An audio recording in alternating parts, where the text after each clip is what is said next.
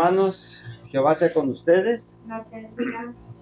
Vamos a continuar ya con nuestro estudio y permítanme, voy a poner primero esta presentación.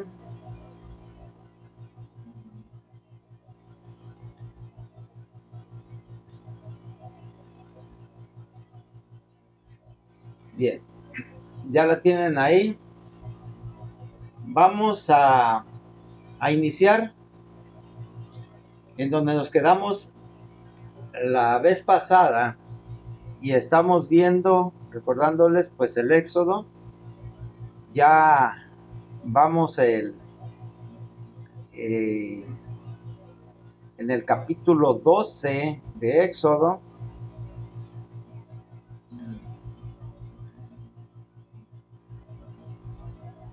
Y aquí, bueno, eh, lo último que vimos, si recuerdan, fueron las plagas, el episodio de las 10 plagas. Este episodio, mis hermanos, de las plagas en Egipto, yo lo veo más que como una narrativa, como una lección muy importante, porque si nosotros leemos aquí el texto que está puesto de Éxodo 7:16 y dice así: Jehová dijo a Moisés, mira, yo te he constituido Dios para Faraón y tu hermano Aarón será tu profeta. Tú dirás todas las cosas que yo te mande y Aarón tu hermano hablará a Faraón para que deje ir de su tierra a los hijos de Israel, y yo endureceré el corazón de Faraón. Ojo aquí, y estoy subrayando esta frase: yo endureceré el corazón de Faraón y multiplicaré en la tierra de Egipto mis señales y mis maravillas. Y Faraón no os oirá, mas yo pondré mi mano sobre Egipto y sacaré a mis ejércitos, mi pueblo, los hijos de Israel, de la tierra de Egipto con grandes juicios, y sabrán los egipcios que yo soy Jehová, cuando extienda mi mano sobre Egipto y saque a los hijos de Israel de en medio de ellos. E hizo Moisés y Aarón como Jehová les mandó, así lo hicieron. Bien, bueno, de esta lectura, aquí leemos entonces cómo nuestro Dios este, eh, muestra, o a partir de este episodio muestra su poder a los egipcios y a los israelitas. Esto, pues fíjense que a veces no reparamos mucho, porque de hecho el mismo episodio, todo lo que es la presentación de Moisés ante Faraón, la salida de Egipto, el éxodo, todo eso es algo muy, ¿cómo les diré? Muy gráfico en cuanto a espectacularidad. Pero aquí, haciendo un análisis un poquito más puntilloso, más exacto, vemos cómo Dios usa a Faraón. Y fíjense, mis hermanos, lo curioso, creo que todos nos sabemos el Padre Nuestro. Y hay una frase que dice: sea hecha tu voluntad como en el cielo, así también sobre la tierra. Y yo creo que aquí, en esta parte, es donde se cumple perfectamente esto. Porque aquí es donde muestra Dios, entre otras cosas, claro, que su voluntad se cumple. Nos muestra cómo Faraón quedó sujeto a la voluntad de Dios aquí en esta narrativa, que lo endureció para así mostrar su poder con las grandes señales que hizo en Egipto. Pero también de aquí surgen algunos cuestionamientos. Y en este sentido, mis hermanos, pues yo quiero que seamos un poco más interactivos, aunque pues al parecer no hay mucha quórum, pero bueno, quienes estamos, eh, quiero preguntar, mis hermanos, ¿Saben lo que es un profeta? A ver, quién me quiere contestar y decirme qué es un profeta? Ya lo estudiamos por ahí en este mismo temario.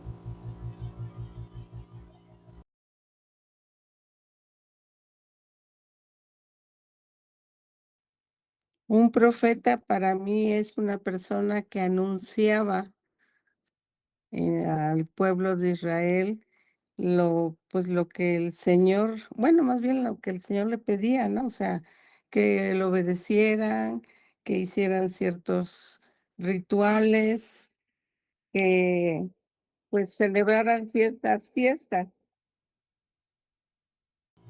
Ajá, sí, correcto. Miren, vamos a generalizar. Recuerdan que vimos por ahí que era un sacerdote y un profeta. El sacerdote era el que hacía, el que llevaba las peticiones o el que hacía la conexión de los hombres para con Dios. Pero el profeta era el que daba los mensajes a los hombres, los mensajes de Dios a los hombres en general. Trátese de lo que se trate.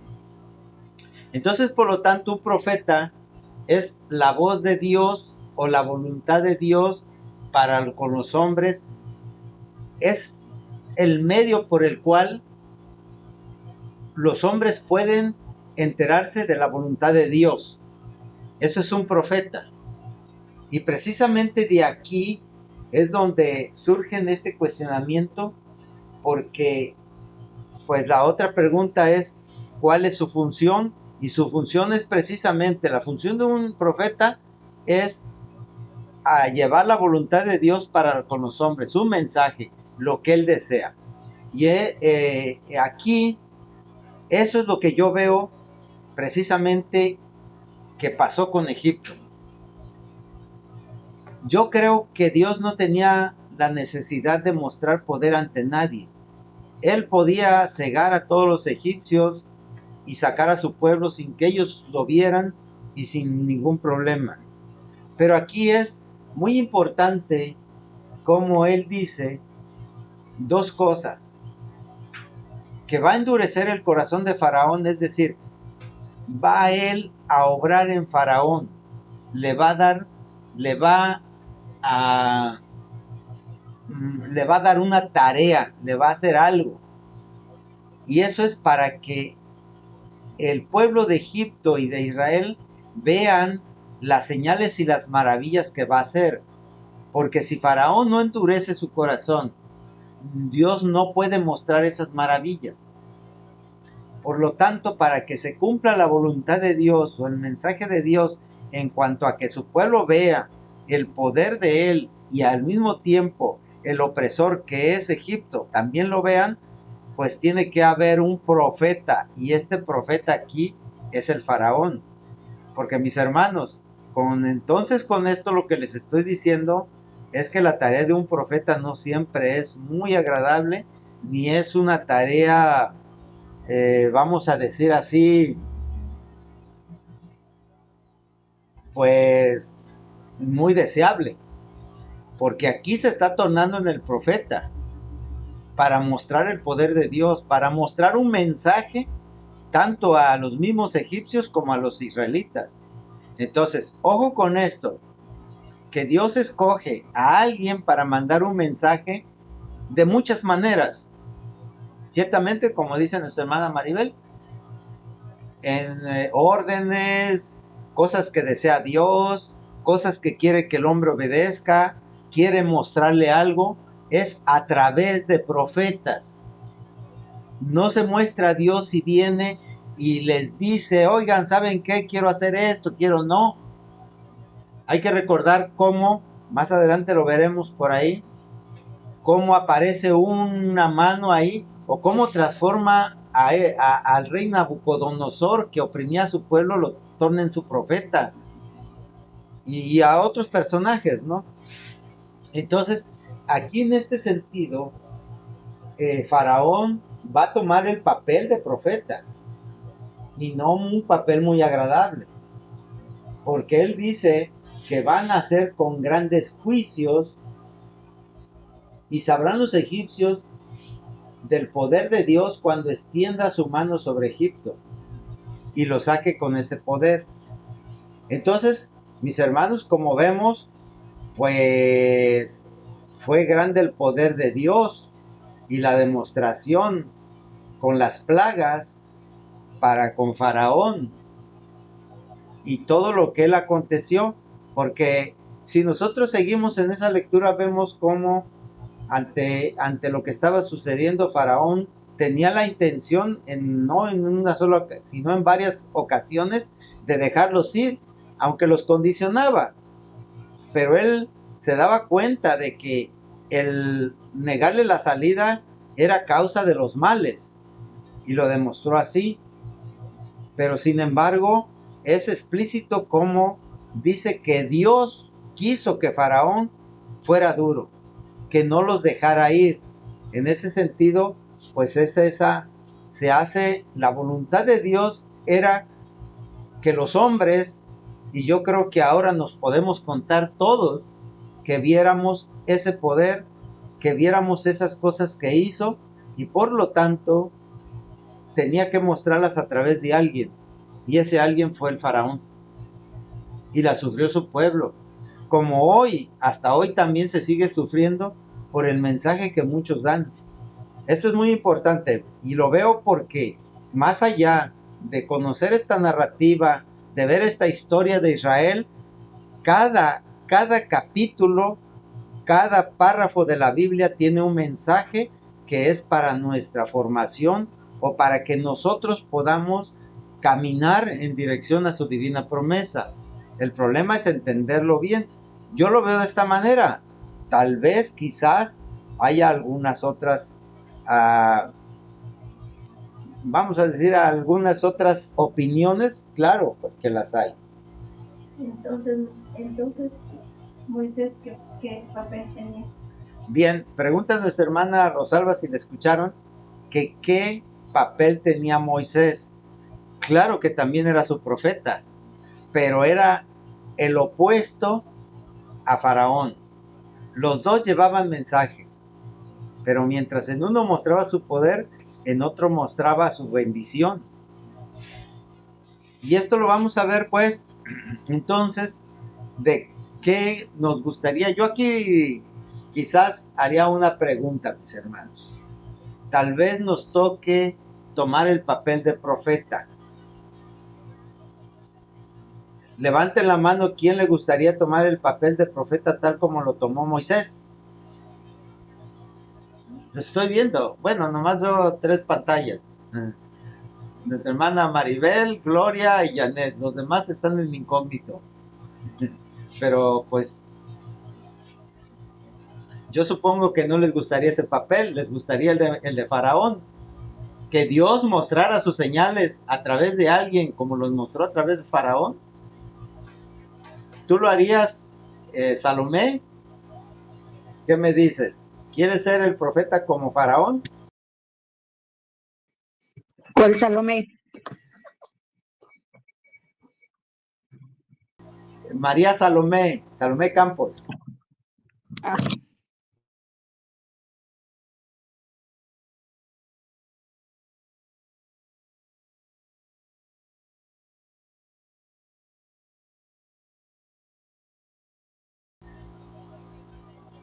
A ver, bueno, entonces le pasaremos al otro Salomé, Salomé Picasso. Sí, a mí sí me gustaría. Ah, bueno, ya nos contestó nuestra hermana María Salomé Campos, Ajá, sí, sí acuérdate. me gustaría ser el faraón. El Sí, papel que le dieron a Faraón, eso sí me gustaría, más que el de Moisés. ok. Si te das cuenta que a Faraón le tocó ser endurecido y desobedecer a Dios. Sí.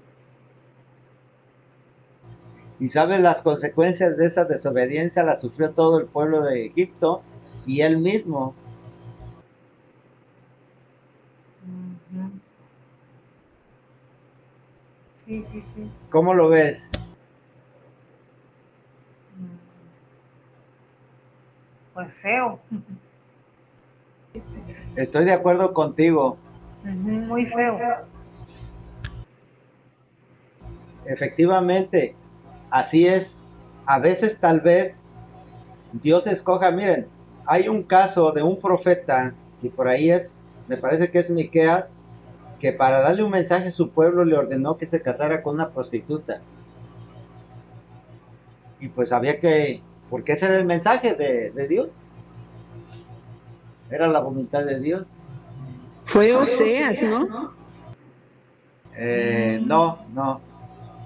Bueno, ahorita no tengo en la mente quién fue, pero fue uno de los profetas menores, o me parece que sí. Bueno, es una tarea para quien quiera investigarlo.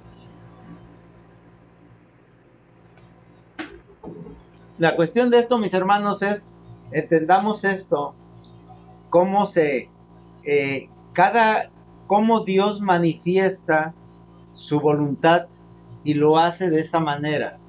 Indudablemente que Él no se va a presentar, ¿no? Pero cómo la conocemos, cómo nos llega, pues a través de estos mensajes que, pues en este caso que estamos analizando es cómo creó un pueblo que ya vimos que dice que será su pueblo, porque esa es la otra parte que vamos a analizar un poquito más adelante. Entonces ahorita vemos pues que en esta parte que corresponde a este capítulo 7 o a las de las 10 plagas, para mostrar Dios su poder. Ahora bien, Oye, viene, hermano, sí, adelante.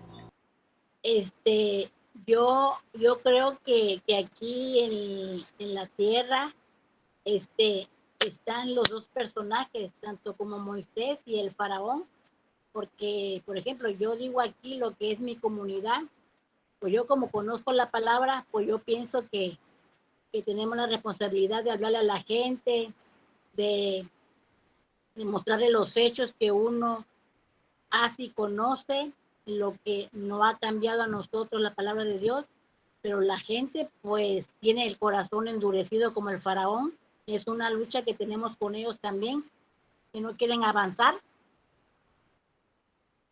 O sea, yo pienso que aquí es que tenemos, que podemos hacer los dos personajes. Yo no quiero pues ser pues ninguno de los dos, porque los dos, tanto el faraón y Moisés, tuvieron demasiada responsabilidad, la mera verdad que muy fuerte, que, que cada quien tiene que hacer lo suyo conforme a la voluntad de Dios, como dices tú, pero ellos sí, en ese tiempo fueron muy fuertes, y no, como dice Salomé, no quiero hacer ni uno ni el otro, pero aquí estamos luchando para hacer la voluntad de Dios. Bueno, esa es mi opinión. Bien, así es, bien, gracias. Adelante, Maribel. Fue Oseas quien vivió en el siglo octavo antes de Cristo. Por mandato divino se casó con una mujer llamada Gomer, quien ejercía la prostitución. Y también dice aquí que a pesar de las constantes infidelidades de su esposa, el mensaje principal de este pasaje es ilustrar el amor incondicional, el perdón y la gracia de Dios hacia aquellos que se desvían. Así es, bien, gracias. Por lo tanto, aquí surge otra pregunta que les quiero hacer, y es en general. Y eso me llevó a mí a preguntarme también, entonces, ¿qué responsabilidad tuvo Faraón? Porque claramente se ve que no fue toda su voluntad, puesto que Dios lo endureció. No es tanto que él quisiera. Por lo tanto, entonces, ¿cuál sería, consideraremos que sería su responsabilidad ante su pueblo por los males que padeció a causa de la dureza de su corazón? Y esto es muy importante de esta pregunta por lo que comenta nuestra hermana Gloria. Efectivamente, hoy en día es la misma situación. No caer en esos, porque también, efectivamente, Moisés tuvo también una gran responsabilidad. No sé, eso lo juzga nuestro Dios, porque si Él pone una tarea, esta se cumple. Ahora bien, ¿cómo pagarán? Esa es la pregunta. Y eso precisamente es lo que nosotros estamos tratando de entender al escudriñar la escritura, al entender la vida de estos personajes y al ver qué hicieron y cuál es el resultado de sus actos.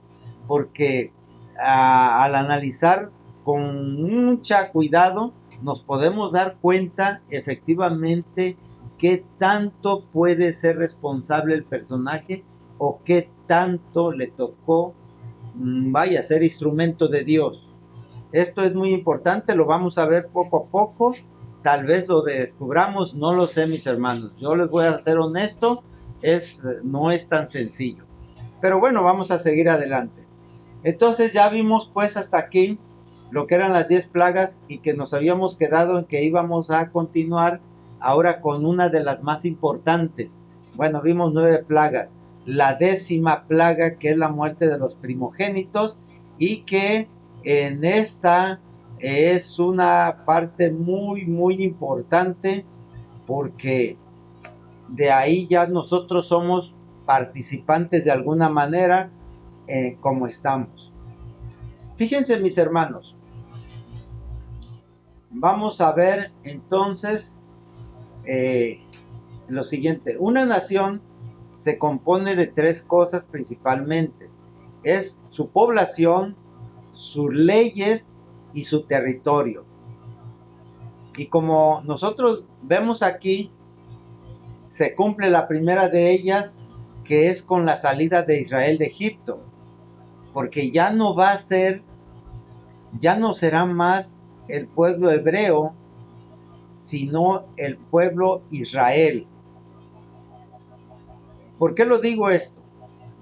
Porque hay que recordar que el título de hebreo realmente no es el nombre de lo que quiere decir hebreo es extranjero. Entonces ya no serán extranjeros, sino que ahora sí serán un pueblo, aunque aún no tienen territorio ni leyes, pero ya no son extranjeros porque ya no habitan en pueblo ajeno. Además, no solo es eso, no solamente va a ser un pueblo, sino que va a ser el pueblo de Dios. Y aquí en este capítulo 12, pues para nosotros es el más ampliamente conocido, destaca que la plaga 10ª es la más terrible, pero además, ojo con esto, esta es una plaga que no solamente afectaría a los egipcios, sino también a los israelitas. Hay que recordar que en las demás plagas, en las 9, solamente afectó a los egipcios, y a los hebreos en este caso no los tocó. Sin embargo, en esta sí pueden ser afectados por la plaga, porque además requiere ciertas acciones que podemos decir que esta sería la primera de las tareas que como pueblo deben hacer en obediencia a Dios, ahora para su protección y beneficio. Pero aquí también se verían las consecuencias de la desobediencia. Así que entonces vamos a ver en esta, que es la última plaga, que es la muerte de los primogénitos. Y me permiten, vamos a poner entonces ahora les voy a poner por aquí, ya tienen ya lo están viendo el capítulo 12, vamos a verlo. Miren, aquí Dios les da las instrucciones para que realicen la ceremonia de la Pascua, es decir, de la salida, y empieza como ya lo conocemos, que va a ser el principio de los meses y del año, y les ordena que el día 10 de ese mes cada familia tome un cordero y lo lo preparen. Un cordero que debe ser exacto para familia, y que si la familia es pequeña, entonces con sus vecinos podrán compartirlo, pero de tal manera que no sobre nada del cordero.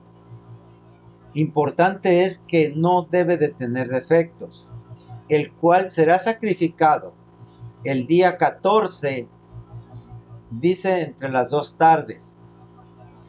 Hay que recordar que el día comienza en la tarde, así que el sacrificio será después de las 6 de la tarde o de la puesta del sol. ¿Por qué es esto? Bueno, ahorita explicamos por qué. Pero la instrucción, como ya la conocemos, es que les ordena que cuando lo sacrifiquen tomen de la sangre y la pongan en los 2 postes y en el dintel de la casa como señal. Porque, y además, que deberán de comer. Aquí hay 2 cosas, miren. Primero está este ritual de poner la señal de la sangre del cordero, y la otra es cómo van a consumirlo. Les dice que se deberá de comer asado al fuego, con panes sin levadura y con hierbas amargas. Nada deberá ser crudo ni cocido en agua, todo completo. Y además nada debe de dejarse para hasta otro día, hasta la mañana. Lo que se quede lo deberán de quemar con fuego y desaparecer. Y además estarán listos para salir vestidos, con todo listo para partir. Entonces aquí vemos 2 cosas. La instrucción para ellos, lo que deben de hacer para ellos, y esta cuestión de poner la marca. ¿Por qué tenían que marcar?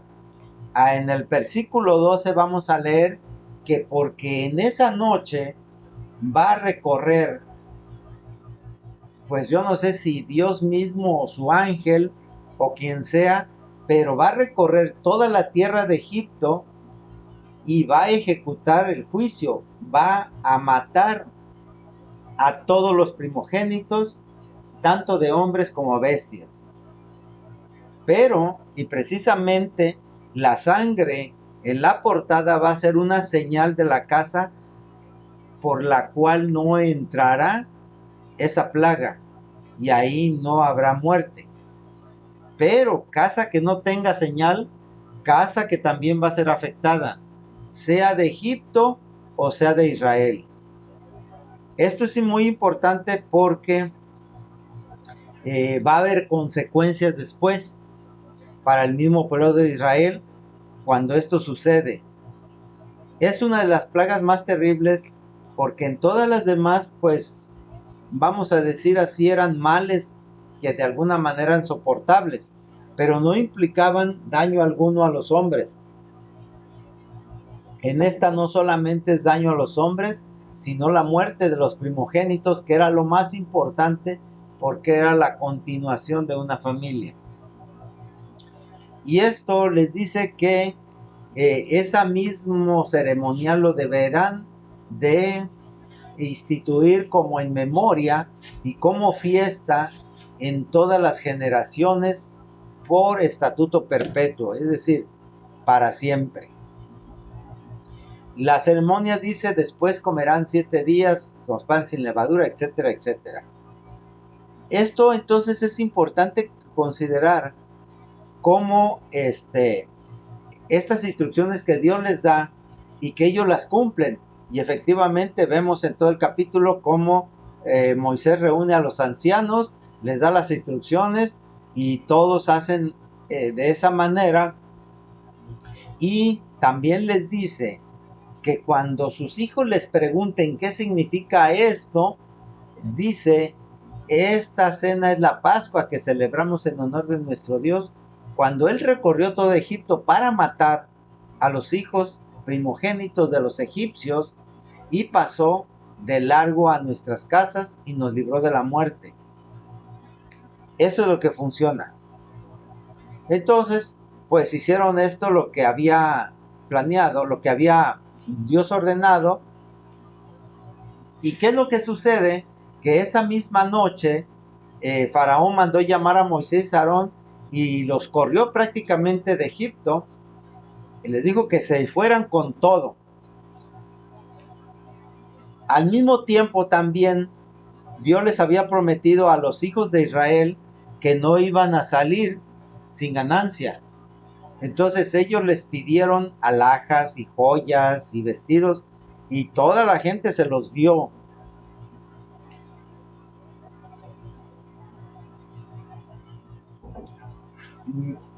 Todo fue tan rápido y todos lo salieron tan rápido que es una de las cosas muy significativas es lo del pan sin levadura.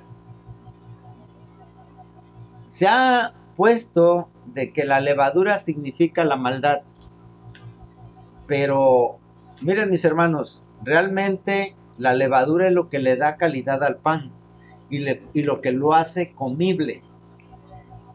¿Por qué es esto? Bueno, aquí lo que yo veo, y esta es una lectura muy personal, es que cuando nosotros tengamos que hacer una tarea y la tengamos fija y entendamos que la debemos de hacer, no podemos quedarnos a medias ni tomar otras tareas ni esperar nada.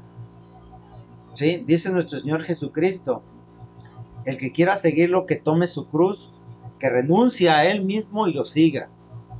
Y también dice que el que toma el arado y mira hacia atrás no es apto, porque se va a ir chueco. Entonces, quien ha escogido esta labor de su propia salvación, eso es lo que debe de hacer, no preocuparse por qué se va a llevar, ni cómo se va a llevar, qué va a hacer mientras tanto.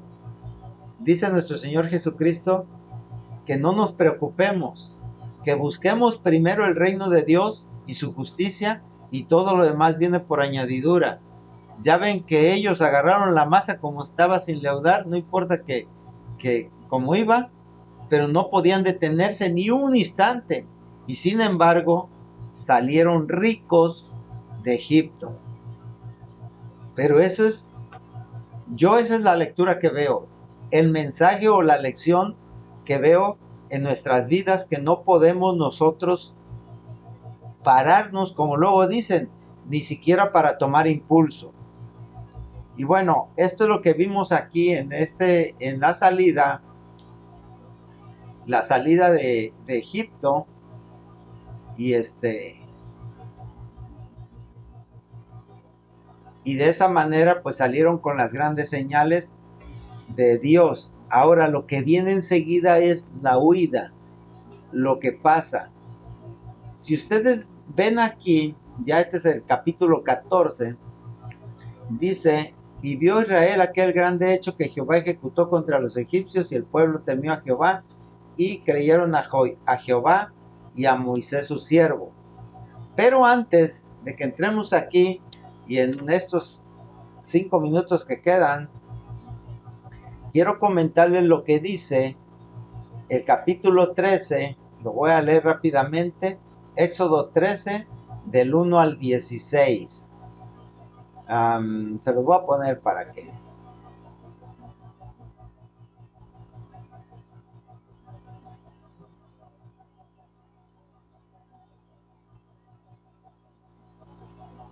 Éxodo 13 del 1 al 16 lo voy a ir leyendo y va a quedar por ahí.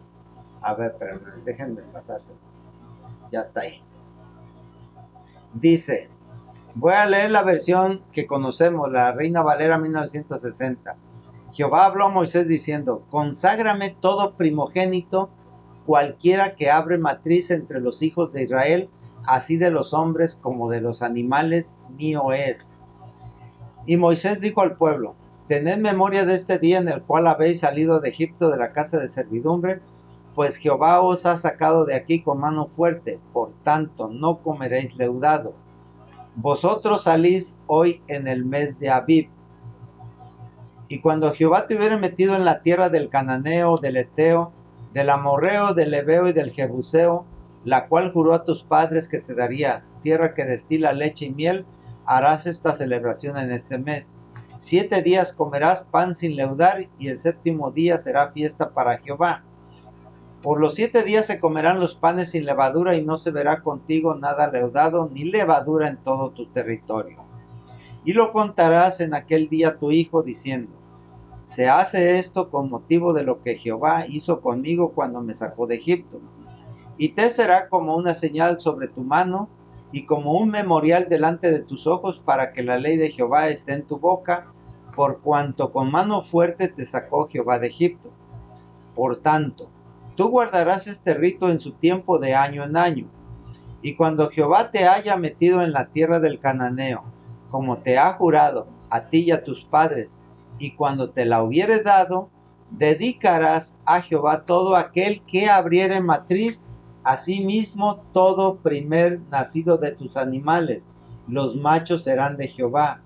Mas todo primogénito de asno, mas redimirás con un cordero, y si no lo redimieres, quebrarás su cerviz. También redimirás al primogénito de sus hijos. ¿Saben lo que significa esto, mis hermanos? Les comentaba que esa orden iba a tener consecuencias. Lo que Jehová hizo con los primogénitos de Egipto. Pues también dice: los primogénitos suyos serán míos, serán sacrificados. Sin embargo, a los primogénitos de los hombres y de los asnos serán los únicos redimidos o perdonados. Y dice que serán redimidos con un cordero, los de asnos. Si no lo hicieran, entonces tendrán que quebrarle la cerviz, es decir, los tendrán que matar. Esto nos indica entonces, como les decía, las consecuencias también vienen. Lo que Dios hace es terrible para Egipto, pero también es muy fuerte para Israel, porque le está diciendo que todo primer nacido de sus animales que sean machos, ojo con esto, van a ser de Jehová y serán sacrificados, incluyendo los de sus hijos. Lo termina en el 13 y lo termina aquí en el primero. Dice: la primera orden que Jehová da a Moisés saliendo es: conságrame todo primogénito, cualquiera que abre matriz entre los hijos de Israel, así de los hombres como de los animales, mío es. Mío es. Entonces, como ven, también eran consecuencias terribles. Sin embargo, vamos a ver cómo se desarrolla más adelante esto y qué beneficios. Porque ahora vamos a ver, lo que sigue es los prodigios con los que también Jehová muestra su poder a su propio pueblo. Vamos a continuar pues para el domingo. Que Jehová les bendiga y les guarde. Jehová, Jesús, y el Espíritu Santo te bendiga.